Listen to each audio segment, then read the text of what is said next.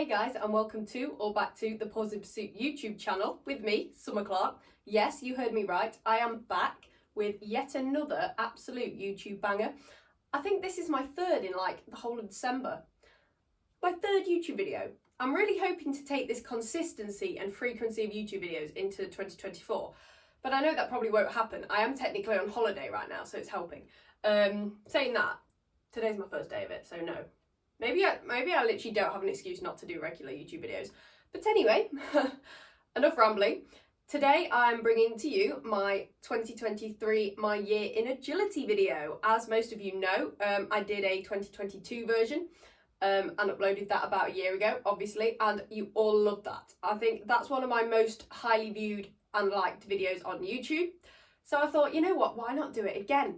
And thank you to the person who commented on my previous video, my workout video, I'm pretty sure that I just uploaded. So if you haven't checked that out, go check that out. I have a week of workouts and a week in the life recently gone up on the channel. So do check those out if you haven't already. But someone commented on the workout one saying, I'd love it if you did another year in agility like you did last year. And I thought, oh my God, yeah. And I forgot I'd even done that. So I went back and I watched last year's and I thought, I can do that again. I'm going to do it right now. So I have. I've done it, and here it is, and you're about to watch it, and I really hope you enjoy it. Okay, so we started the year off by going grade 6 at an Agility Nuts show. This is actually my favourite ring at this venue. It's Arena UK in Grantham, and this is the biggest ring. A lot of the rings are quite little, but this is the biggest one, and we certainly made the most of it.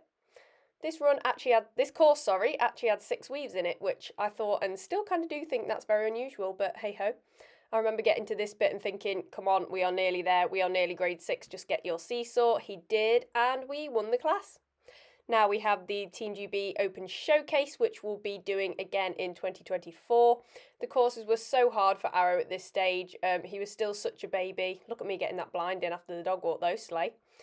And I knew the courses were going to be really hard for him, but I just wanted him to get that experience running these courses in this kind of high pressure environment, and also running on obviously the AstroTurf when it's not a training setting, so when it's not just me training at Dog Sports Derby.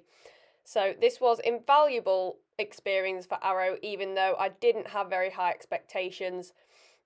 It was purely just for experience for both of us. I'd never ran him at a Team GB type event or on, European style courses in this way of this level. So it was really good for both of us, and he just had some little baby mistakes, little baby bits there, but nothing particularly unexpected and only little bits. So overall he did really well. Then we had Crufts, so here is our winning run in YKC ABC Agility.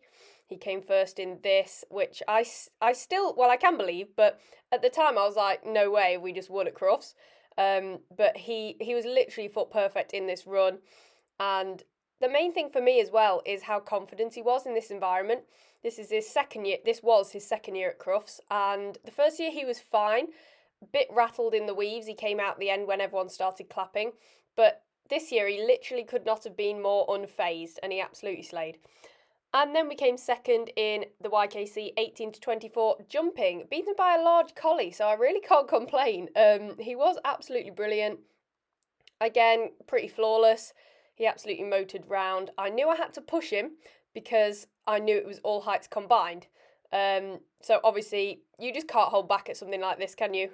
Yeah, and look at him go. This was quite a fast, open course, but he was on form at this Crufts. He really was. And there's our time, under 30 seconds. Now, this was a clip from an Iconics. This is probably the first time in the year where I felt like I'd lost my agility mojo. I know I've done a few posts on socials about that. It's happened a few times since, as courses get harder. But around this time, I remember this show just didn't go our way. He looks really cool, I know, but for whatever reason, I just wasn't feeling it. And, I just didn't feel overly connected with him. We had little blips in all our runs like that. But I soon found it again. These things don't last, because here at Nottingham, we went grade 7.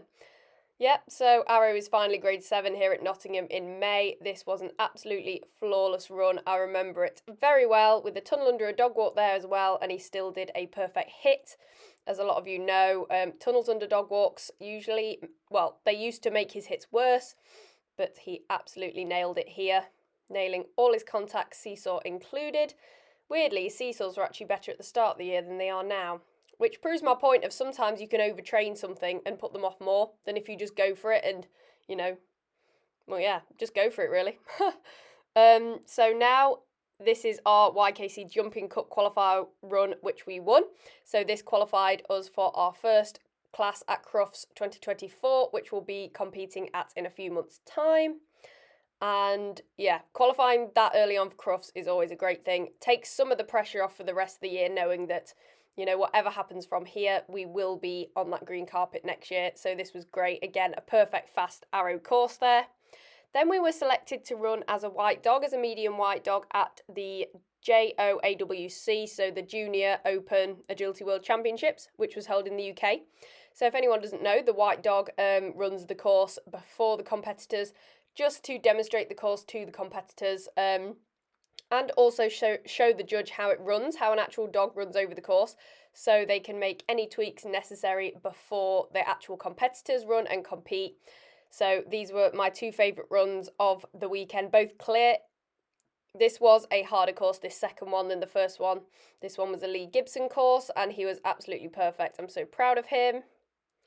But yeah, this was obviously technically our international debut, running at an event like this.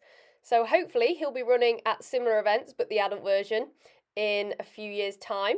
Again, no rush, but his potential's there. You can so clearly see it. And that was just such a memorable weekend.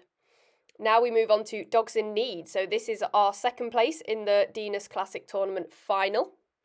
Again, he was absolutely incredible. It was very hot, as you can see me running around in my shorts and vest there. Oh no, I'm not. I'm wearing a t-shirt, my bad. I was wearing a vest for most of it.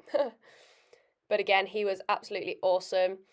And we were beat by Joe Gleed, which is totally understandable because Joe is absolutely phenomenal. His seesaw was slightly steady there because it was a turn, so he did waste some time there. But I'm so proud of him. Again, going clear and running up in a final. I just couldn't really ask more of him, to be honest, this year. He has been absolutely amazing. I love Dogs in Need. It's my favourite show. It's literally like a holiday. Then we came... Right, I still can't believe this. We won Champ Jumping at Dogs in Need. This is Champ Jumping, and we literally won. So, as most of you know, one of my biggest long-term goals with Arrow is to get him a champ ticket, or hopefully several. I mean, I'd love to make him an agility champion, but one step at a time. For now, I just want to win a champ ticket. He was so close to making the final in this, but in the agility round, to most of your amusements, it was the third to last obstacle was a dog walk, tight turn off the dog walk, and he just went straight off the end of the dog walk and over the wrong obstacle, and I screeched at the top of my lungs. So we nearly made that final. Anyway, now we move on to qualifying for Crufts Young Kennel Club Agility Dog of the Year. So this is our agility round of Agility Dog of the Year, and we won this one. So again, as most of you will know because I rambled on about it, this was in fact our last chance to qualify for Agility Dog of the Year. As we just had like one little blip in all of the other Agility Dog of the Year qualifiers throughout the year. So I was a little bit stressed in this, I'm not going to lie. But we won the agility, so that set us up well. We just needed to go clear in the jumping, pretty much. And this is the jumping, which we also managed to go clear and win. Even one pole would have meant that we wouldn't win, so I was very, very stressed out for this run. I know my mum filming was, but yeah, we managed it. We managed it, and there were quite a few traps, but we did it. And the relief going over this last jump was something else. I can't tell you. So now we move on to winning the, I can never say this word, Cirencester Championship Challenge Trophy at Prestbury Park. So I honestly didn't even know this was a thing until I was told, well, no, actually, me and Millie Young saw our ring plans for this show, and we were like, what is this? And we both had our running orders for a final, and we were like, oh, cool. So we got into the final, and we ran it, and we won it. So he was perfect. But yeah, so that was a very unexpected final to make and win. So now again at Prestbury, this is us, well, this is Millie and Jess qualifying for Crufts YKC pairs. So this is obviously Millie and Jess going first, putting in a stonking clear for the two of us. Again, this was our last chance to qualify for pairs for Crufts 2024. Again, as we just had like one blip between the four of us, I suppose, in all the other qualifiers. So again, there was that added pressure of knowing that this was our last chance to qualify. So that was stressful. And it always is a bit more stressful with pairs or teams or, something where you feel like other people are relying on you, if that makes sense. And Arrow did not want to wait, as you can see. And it was also very wet. So I was aware that poles would very likely go down. So I wasn't pushing him too hard. I was just hoping for a clear. But as you can see, he was on one. He was absolutely flying. Cheeky little blind after there. And we did actually, as you're about to see, have a pole here. But we still won with just the 5 faults between us. So we still qualified. And finally, to wrap up this video, we have our 3rd place in the back final, so British Agility Championships. We made the final, and yeah, I still can't believe we did this either. I think we were beaten by 2 phenomenal dogs. I think it was Liz Carpenter's dog and Marianne Bayliss's dog came 1st and 2nd, and they are absolutely phenomenal. Like, the amounts of times I watch both of them and more people, run and think, oh, that's the goal, they're amazing, blah, blah, blah. Well, we were up there with them on that podium. So, he has absolutely smashed it out the park this year. And, me just watching these through, you can tell how much he's improved. So there you have it, my year in agility. Oh, my voice broke. My year in agility, 2023. Honestly, it has been an absolutely incredible year of agility and just in general. Not just in agility, as you've seen all the achievements that me and Arrow have had in agility, but also in my own life, getting a new job as a social media executive, my dream job. In fact, this time a year ago, I would just have never known. Getting to a year of the Pause in Pursuit podcast and not having missed a single Wednesday is incredible. And just so many great things have happened for me this year, and I am very grateful. Thank you to everyone who has been a part of it. And here's to an even better 2024 if we can do that. I reckon we can do that. Let's make 2024 even better. We've got some exciting things coming up. We've got the Open Showcase again for Team GB. We've got Crufts, obviously, which is going to be so exciting, hopefully competing in 4 events. Just waiting on ABC confirmation. But yeah, we've got a really exciting year coming up. And let's try and top that fantastic year of 2023, shall we? Let's do it. So without further ado, please do follow me on all of the socials. I'm active on them most days. I will put them here on the screen. So if you want to go do that, then that is the best way to stay up to date with me and the dogs and all our exciting adventures. And please do subscribe to the YouTube channel so you don't miss any future episodes. Obviously, I've got the podcast as well, which is up on YouTube every Wednesday and Spotify and Apple Podcasts. But if you subscribe to YouTube, then you won't miss one of those episodes either. So make sure you subscribe so you don't miss anything. And listen to my podcast if you don't already know about it, but I'm assuming most of you do.